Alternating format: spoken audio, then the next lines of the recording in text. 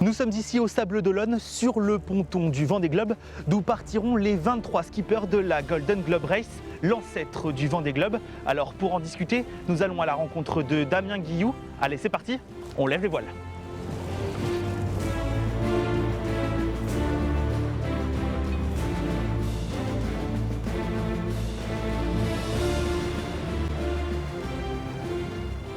Damien, bonjour.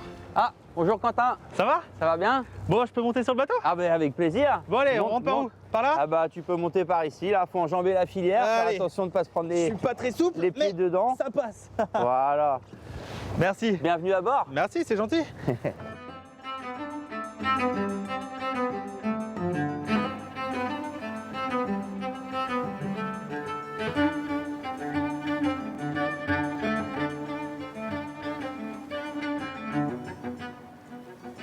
Alors ce bateau c'est un Rustler 36. Et pourquoi un Rustler 36? Parce que c'est un bateau qui rentre dans la catégorie de jauge des bateaux qui sont admis pour la Golden Globe Race, donc la course à laquelle je vais prendre le départ le 4 septembre prochain. C'est un bateau qu'on a acheté à l'étranger parce qu'il n'y en a pas beaucoup sur le marché et puis qu'on a préparé là depuis un bon moment.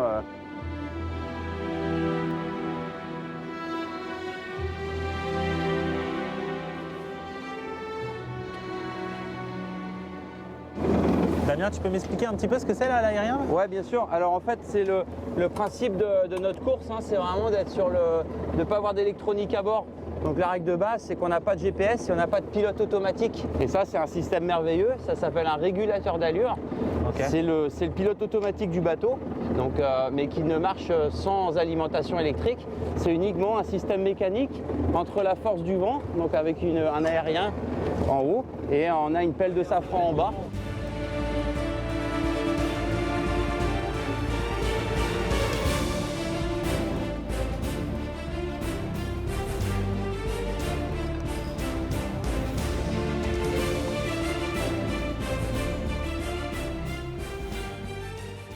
Donc sextant, c'est vraiment un des éléments hyper importants de la course parce que c'est grâce au sextant que je peux faire ma navigation et c'est grâce au sextant que je peux avoir des coordonnées géographiques que je reporte sur ma carte. C'est un système mécanique qui fait que je vais garder le soleil dans mon viseur, je vais le descendre au ras de l'horizon, je vais le mettre tangent à l'horizon.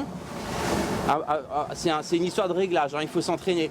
Et au moment exact où j'aurai le sentiment d'avoir le meilleur réglage et d'avoir mon soleil tangent à l'horizon, il faut que je prenne l'heure à la seconde exacte et là je note mes coordonnées, mon relevé au sextant.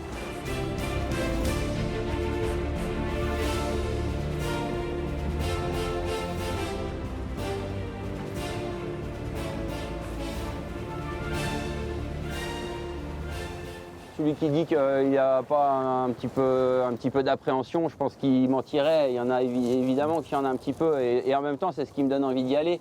Le petit côté d'aller chercher quelque chose de difficile, d'aller chercher un petit peu de dépassement et puis et d'avoir à la fin réussir d'accomplir quelque chose de dur comme ça embellit l'histoire.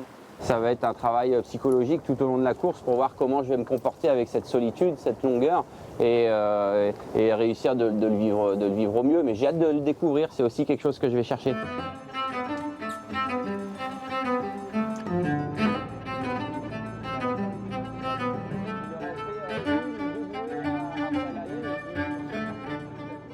Là, je suis venu avec lui naviguer pendant quelques jours en venant au Sables d'Olonne pour essayer de l'accompagner au niveau nautique et au niveau sportif. Et puis après, j'essaye de lui transmettre tout ce que j'ai pu apprendre pendant les nombreux tours du monde que j'ai effectués par le passé. Hyper pur comme type de course parce que ça tourne vraiment autour de l'homme, autour de sa capacité à vivre en mer, autour de sa capacité à vivre longtemps seul. Et bien voilà, comme Damien Guilloux, ils seront 23 autres skippers à s'élancer ici, des Sables d'Olonne. Alors combien de temps mettront-ils à parcourir le tour du monde? Le vainqueur d'il y a 3 ans, Jean-Luc Voddenhead, avait passé 211 jours en mer.